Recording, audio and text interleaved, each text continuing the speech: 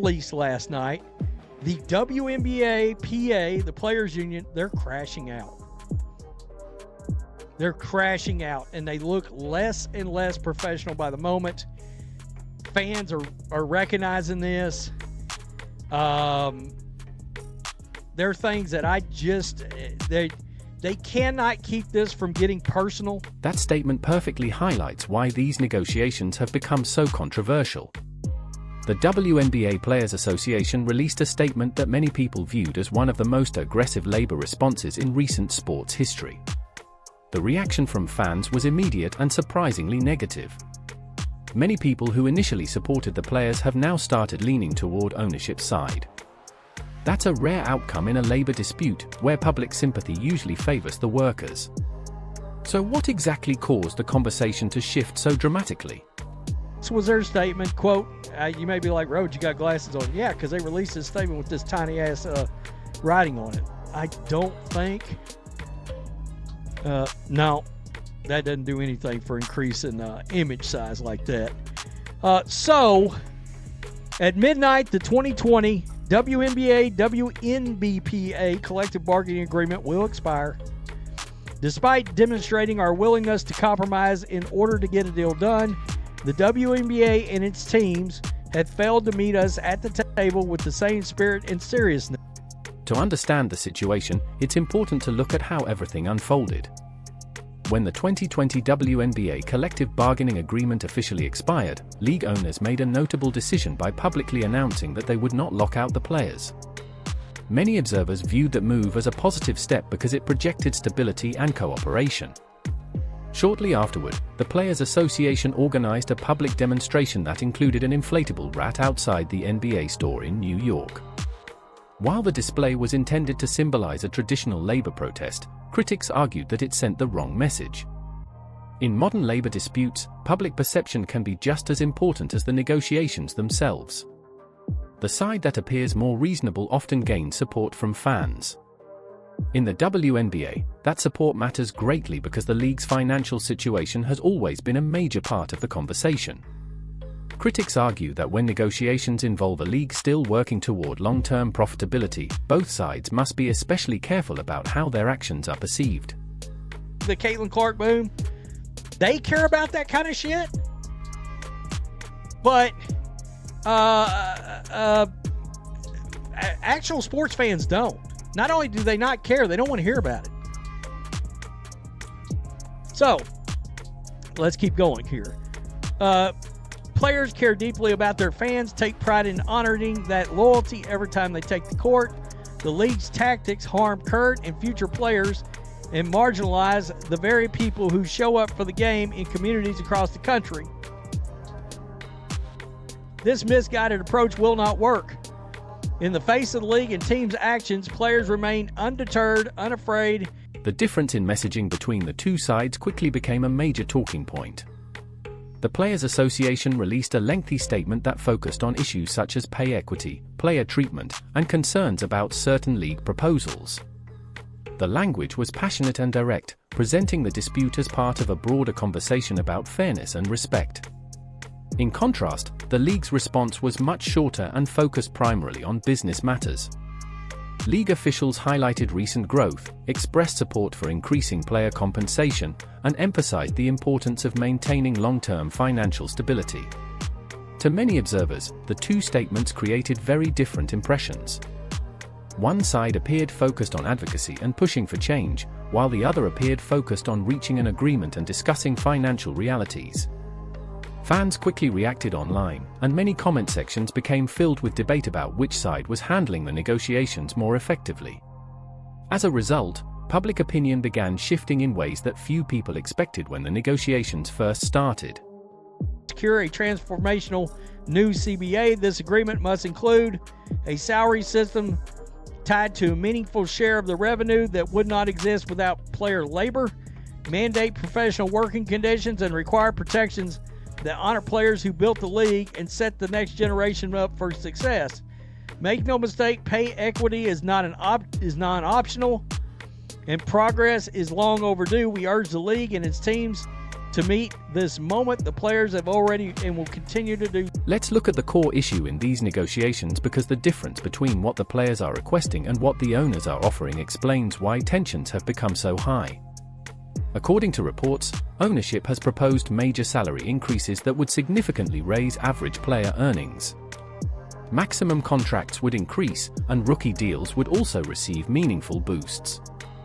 By normal labor negotiation standards, many observers view that as a substantial opening proposal. However, the players are pushing for something much larger, a 50% share of league revenue, similar to arrangements seen in leagues such as the NBA and NFL. At first glance, that request may seem reasonable. After all, athletes in those leagues receive a large share of overall revenue. The challenge, according to critics of the proposal, is that revenue-sharing models are easier to support when a league consistently generates profits. In leagues that earn billions of dollars, there is significant money remaining after expenses are paid. That remaining income is then divided between ownership and players. The WNBA, however, has historically faced financial challenges and has relied on outside support for many years.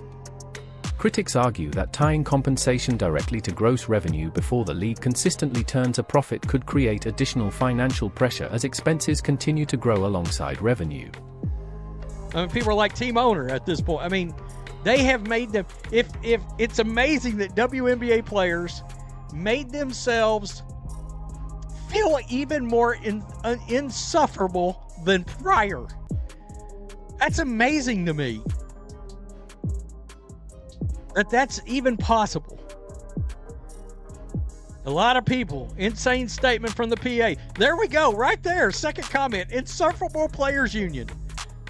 Their statements are as nasty and uncouth as their attitude. It's wild. Yeah, I'm team owners. Have been for a while, even more now. The timing of these discussions has also become a major factor. The WNBA recently secured new media rights agreements that are expected to bring in significantly more revenue beginning in future seasons. Deals with major media partners have created optimism that the league could experience its strongest financial growth yet. Those projected increases have become a central part of the debate. The issue is that much of that expected revenue has not fully arrived yet. Owners are making decisions based on forecasts and future expectations rather than years of confirmed financial results. While many believe the league is headed toward a stronger financial future, there is still uncertainty about exactly how profitable it will become. That uncertainty is one reason ownership appears cautious about agreeing to a long-term revenue-sharing structure right now. Some analysts argue that negotiations might have looked very different if both sides had waited until several years of new media revenue had been collected. At that point, discussions could be based on actual financial performance instead of projections. Supporters of that view believe real profit data would provide a clearer foundation for determining how future revenue should be distributed between players and owners. That they can never have. That's a good point. That is a good point. This is wild, and it sadly looks like no season. No one cares. Goodbye, Caitlin Clark 2026 season. They're literally comparing playing basketball to manual labor as if that's the same thing. Sorry, bees. I didn't know it was this. Hard to hoop. Do us real hoops fans a favor and cancel the whole effing league. You bees make well enough money to survive. Beyond salaries and revenue sharing, many observers believe the way the dispute has been presented publicly has become another source of controversy. The Players Association has used language focused on fairness, equity, and broader issues within women's sports. Supporters see that approach as an important way to highlight challenges athletes have faced for years. Critics, however, argue that framing the negotiation in those terms changes the nature of the discussion. They believe labor negotiations are ultimately business conversations centered on finances, contracts, and long-term sustainability. From that perspective, using language associated with larger social issues can make the debate feel more emotional and politically charged. Some observers argue that this strategy risks turning a financial disagreement into a moral argument, making compromise more difficult. Instead of focusing exclusively on numbers and business realities, the conversation shifts toward broader questions about fairness and principle. As a result, public reactions have become increasingly divided, with supporters and critics interpreting the same statements in very different ways. They got the wrong people involved in these negotiations. You know who should be leading them? Caitlin Clark. Because you can tell she understands the balance that's got to happen. And I will go back to my original statement I made when the news started breaking that they were going to pursue more money and break off from the CBA. I said, you're doing this 2 years too soon. All right, you need to wait till the new media rights deal actually starts. You need to wait till that media rights money starts getting into owners' pockets. And then they can sit back and look at where the league is and how much profit they're finally making, because they should make some profit now. Fans are reacting strongly to all of this, and many say the situation is becoming clearer with every new statement.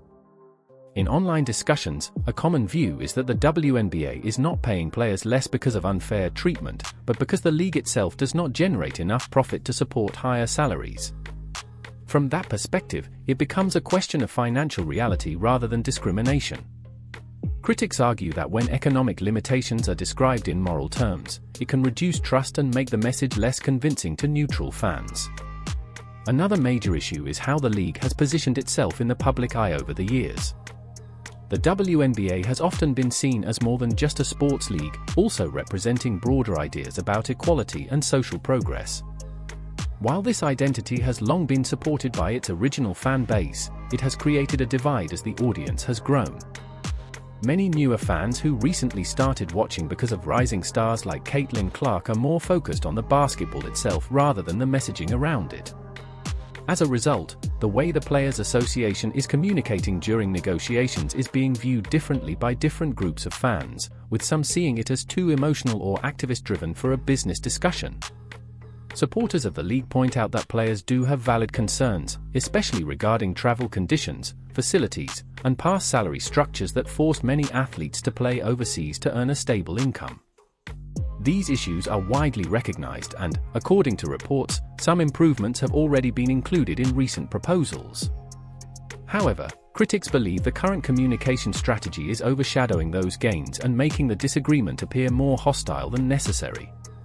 The bigger concern now is what happens if no agreement is reached. A lost season would affect both sides, but in different ways. Players would lose immediate income, while owners would continue operating in a system that has historically required financial support from the NBA. At the same time, the momentum the league gained in recent seasons, especially the increased attention from new fans, could weaken if there is no basketball to watch. That is why some analysts believe the timing of this dispute is especially risky.